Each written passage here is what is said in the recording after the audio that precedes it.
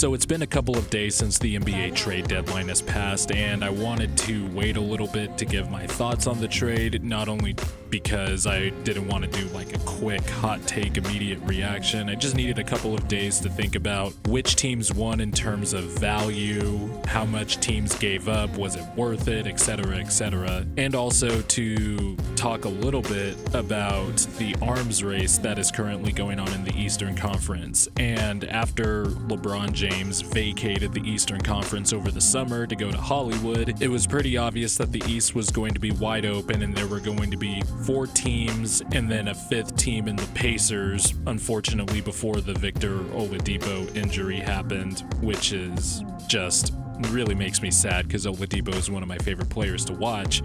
But those 5 teams were going to be competing presumably for an Eastern Conference crown, mainly the Raptors, the Bucks, the Celtics, and the Sixers. And Thursday's trade deadline kind of reflected those sentiments as Milwaukee, Toronto, and Philadelphia loaded up.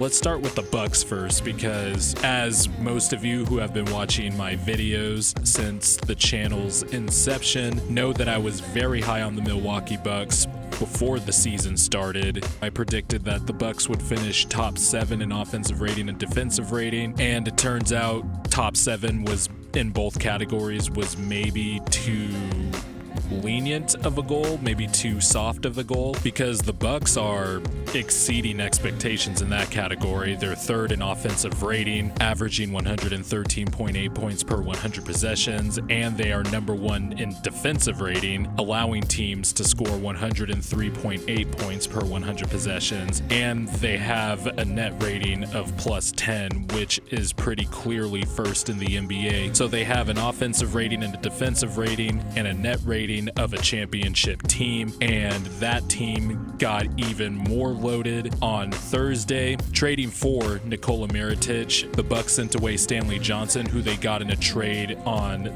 the day before the trade deadline in exchange for Thon Maker. They sent Stanley Johnson and Jason Smith to the New Orleans Pelicans, along with 4 second-round picks for Nikola Mirotic, thus doubling down on the Bucks' identity and how head coach Mike Budenholzer wants to run his system, which is basically surround Giannis with shooters, give Giannis open driving lanes, and it's either going to be a dunk, a foul, or kicking out for a 3-point shot. Nikola Mirotic last year was traded from the Chicago Bulls to the New Orleans Pelicans and ended up just being a great piece next to Anthony Davis.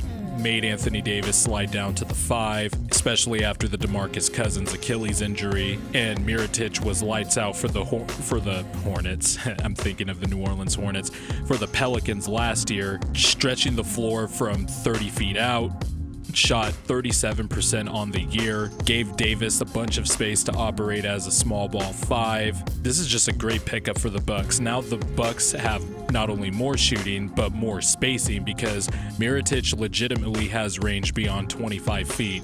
And much like how the Bucks let Brook Lopez just launch bombs from way deep, Nikola Mirotic can do the same thing. So I'm interested to see how Mirotic will fit in all of these lineups. And not that the fit will be bad or anything. Mirotic's skill set is very flexible. You could put Brook Lopez, Mirotic, Giannis, Bledsoe, and Middleton on the floor, and not only are you big, but there is shooting everywhere and there is driving lanes everywhere, and the defense is even more stretched out because Mirotic and Lopez can bomb away from 30 feet.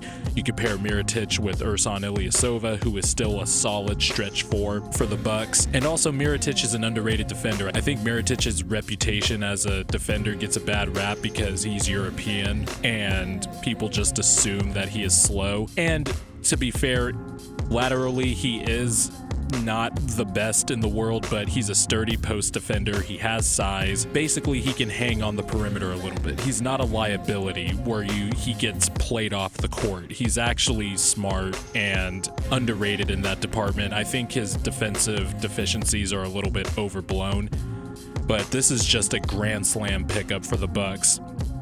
He's a good rebounder, underrated defender like I mentioned earlier, and he can bomb away from 30 feet, and also an underrated part, he's a high percentage 2-point shooter, also shooting 55% this season, shot 52% from 2-point range last season.